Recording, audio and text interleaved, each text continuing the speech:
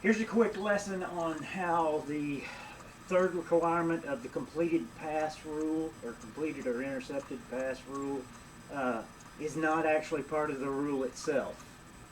The objective of that part of the rule is protection of the receiver. Well, the receiver doesn't exist during that part of the rule. That's the whole issue here. Uh, the receiver has already transitioned into a runner before the third requirement is to be performed. I'll give you an example of how this third requirement cannot be part of this rule. A player runs towards the sideline, stops, reaches up, catches the ball, has control of the ball, both feet on the ground, and does not move. Now, is this player a defensive player? A defenseless player? Yes, he is. Did he complete the pass? Yes, he did. Does the third rule, the third requirement, have anything to do with this completed pass? No, it doesn't. Because he doesn't have to do anything. There is no requirement in the third requirement. It even states there isn't. Time is the third requirement. Time has nothing to do with the catching of a pass.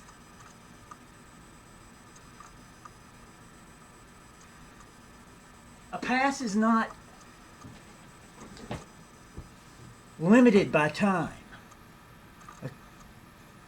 A completion is control of the ball and 2 feet on the ground. That's it. Nothing more can ever be part of the equation because it doesn't work. There's nothing more to the catch.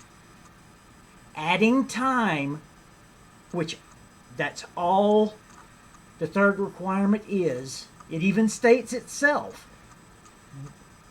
The action doesn't have to be performed as long as there's time to do it.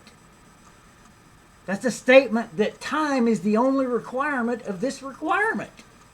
Consider the brain teaser. Where's a man when he jumps off a bridge? Is he on the bridge? Or is he off the bridge? How do you determine that? If his foot is still on the bridge, as he's jumping, he's still on the bridge. If his foot has left the bridge, he's already jumped off the bridge. So where is a man when he is jumping off a bridge? This is identical to determining possession of the football. It is an instantaneous event. Just as determining where the man is when he jumps off the bridge, it's very hard to define. Catching of the football or possession of the football is the same. You either have it or you do not. There's no partially possessing the ball. Even in simultaneous possession, both players have possession of the ball. One of them doesn't have part of possession. They both have equal possession. That's why it is simultaneous possession. You cannot extend the requirement of possession by time, which is exactly what the third requirement of the completed or intercepted pass rule is. It is not a requirement of action, even though it includes actions as examples. It states within itself that those actions are not required as long as the player has time to do such. It's time that's been added. Time has nothing to do with possession. Time can show how long that possession has existed, but it does not define the existence of that possession. This is why that third requirement of the completed pass rule is completely illogical. It has nothing to do with gaining possession.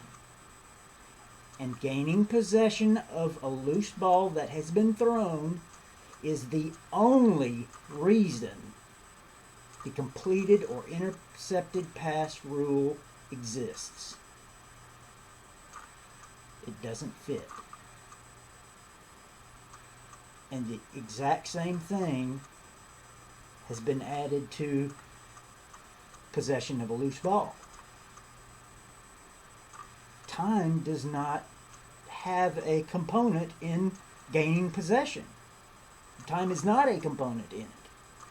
In 2014, the NFL added definitions in Rule 3 under pass play and passing plays that shows that the NFL actually does recognize the instantaneous aspect of possession. They put in it that the pass play ends when the ball is caught and a running play begins. That's an instantaneous event. That's the transition line. That is the line that the NFL has been looking for that defines the transition of a receiver to a runner. Now, one of the problems with the understanding is that there is no definition in the NFL rulebook for a receiver in regards to catching a pass. There is in catching a kick, but not in catching a pass. The NFL openly stated that they had a problem with defining exactly when the receiver transitions to a runner. There's one definition in Rule 3 that is exactly what they're looking for, and that's the definition of a catch. A catch is when a player has secured the ball and has both feet in bounds. That is it. It is so simple that the NFL and 99.9% of the NFL fans overlook that point. It's the simplicity of what you're looking for that makes you miss it. It's like looking for a golf ball in a snowbank. It's there. You're looking right past it.